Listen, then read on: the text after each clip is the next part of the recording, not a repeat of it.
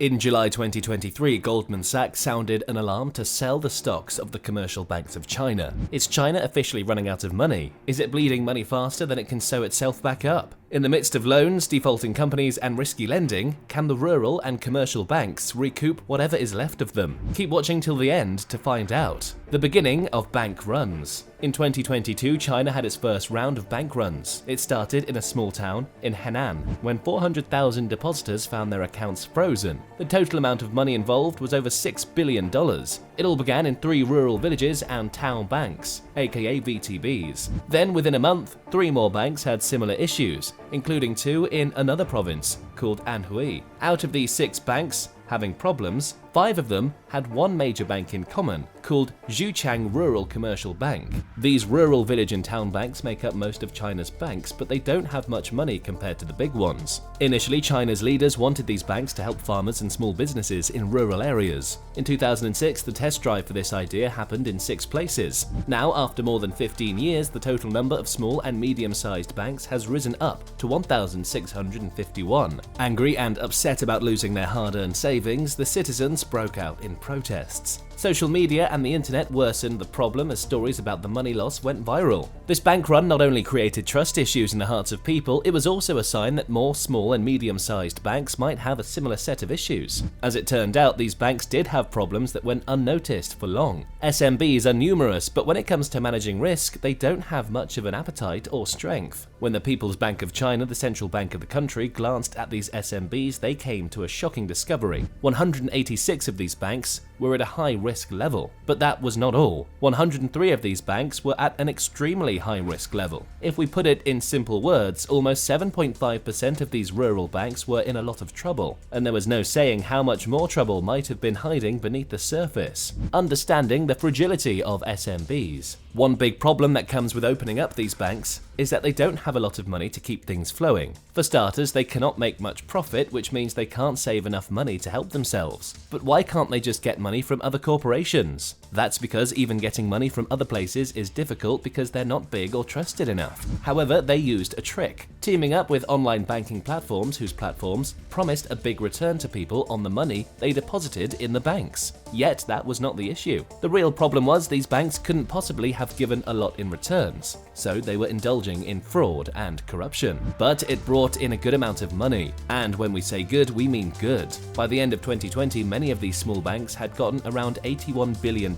this way. That's a lot of money for an SMB. Then the regulators happened. As obvious as it was, the regulators found out that some of these online banking platforms were not being honest. So in January 2021, the government rolled out the notice that these banks can't use these online platforms anymore. On the surface level, it was the perfect way to tackle the problem, but with no backup measures, these small banks had no other ways to get money. Moreover, there's a big problem with this situation too. It's about money safety. The matter isn't just these online deposits themselves. It's about what happens when banks compete for this money. They get stuck in a vicious competition. It becomes a loop of doom. Think about it this way. The competition for money makes banks spend more money to attract deposits. What does this mean? Simply put, it means they have to pay more and more to get the money they initially require. If that's not a recipe for hurting your profitability, there's yet another recipe that they used. Instead of improving their services, banks started lowering their fees and increasing interest to get people's money. Increased risk of less financial stability and banks collapsing, all check. Before the government stepped in, online platforms showed deposit options by interest rates, which made banks try to give more interest to customers. Some banks even added extra things like quicker interest payments, cash rewards, and shopping vouchers. Banks also had to pay fees to these platforms for using them. As predictable, these higher costs made banks do riskier things to make money. They invested in things more likely to cause problems, and sometimes they got stuck with these risky investments. All of this put them in a dangerous position, a position where they might not have enough money to give back to people if they asked for it. That's exactly what happened. Small banks, digital banking, and COVID-19. In 2020, Chinese banks started speeding up the closing of their physical physical bank branches. Why, you may ask? Well, firstly, they wanted to save money, but they also wanted to shift things online. As reported by China Banking and Insurance Regulatory Commission, in the first 3 months of 2020, around 430 physical bank locations were closed. Surprisingly, this was faster than the 1,300 closures in 2019. Off-counter rates, which include using the internet and mobile phone for banking, went up by 12% in 2020. The amount of money reached using these kinds of transactions was more than 352.5 trillion yuan. However, the question is, why were Chinese banks feeling more pressure to save money? During the pandemic, the government of China placed a hefty burden on these small banks to help out small businesses. Net interest margin, primarily the measure that shows how much money a bank is making, started getting lower and lower. The reasons were obvious. Banks lent out cheaper loans and people delayed paying those back. So, as the trend from 2020 continued into 2023, around 2,000 of these bank branches closed, partly to save money and mainly because of their inability to maintain a profit margin, small businesses and increasing debt. Recovering from the pandemic, closures of banks have been a grave issue. Exploring the root cause of these closures, the problem also significantly lies with small and medium companies.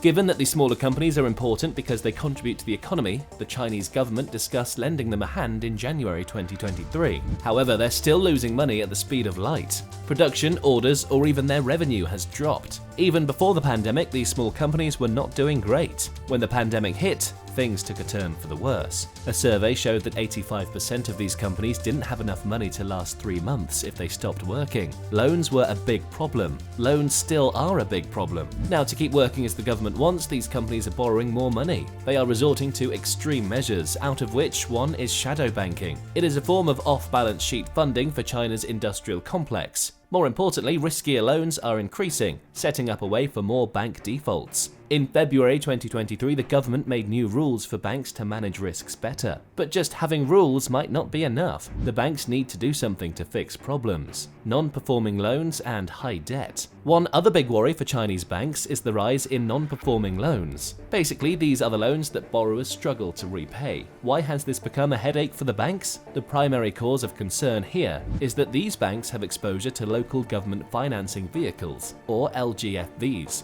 LGFVs are investment firms that mainly fund infrastructure projects for local governments. However, the point of contention here is that these projects are not doing as well as expected. In turn, these vehicles are affecting banks' bottom lines. Now, if you throw the troubled property sector in the mix, you will see them causing a great amount of turbulence in the stock market. This is worrying for the banks because it leads to the shares of these banks dropping. As Reuters reported, Goldman Sachs, a major financial institution, downgraded some of the Chinese banks to sell ratings. In July 2023, the banking sector's stock index plunged by over 10% in just 3 trading sessions. With this, Goldman's report pointed out a few key things. They talked about banks having to write down loans to the property sector, which hurts their profits, but that wasn't the end. They also highlighted the challenges banks face when expanding or rolling over loans to LGFVs. To give you an idea, the banks' profit margins are currently around 1.7% in the first quarter of 2023, which is quite a drop.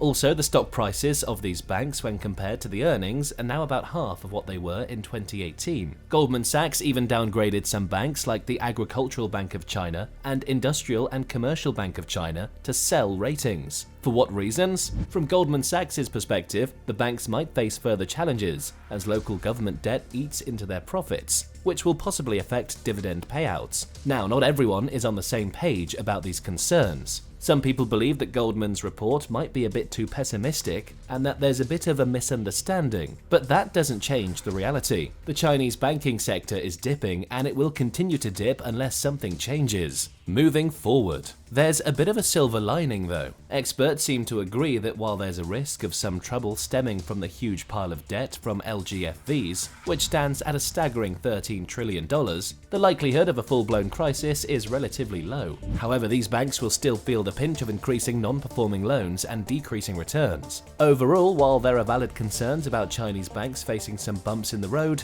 there are also levels of resilience and measures being taken to address the challenges. Time will tell how these factors play out and what the impact might be on China's economy and the global financial landscape. Do you think China can restructure its banking sector to save its economy? Drop down your opinion below and don't forget to watch the next video to know more.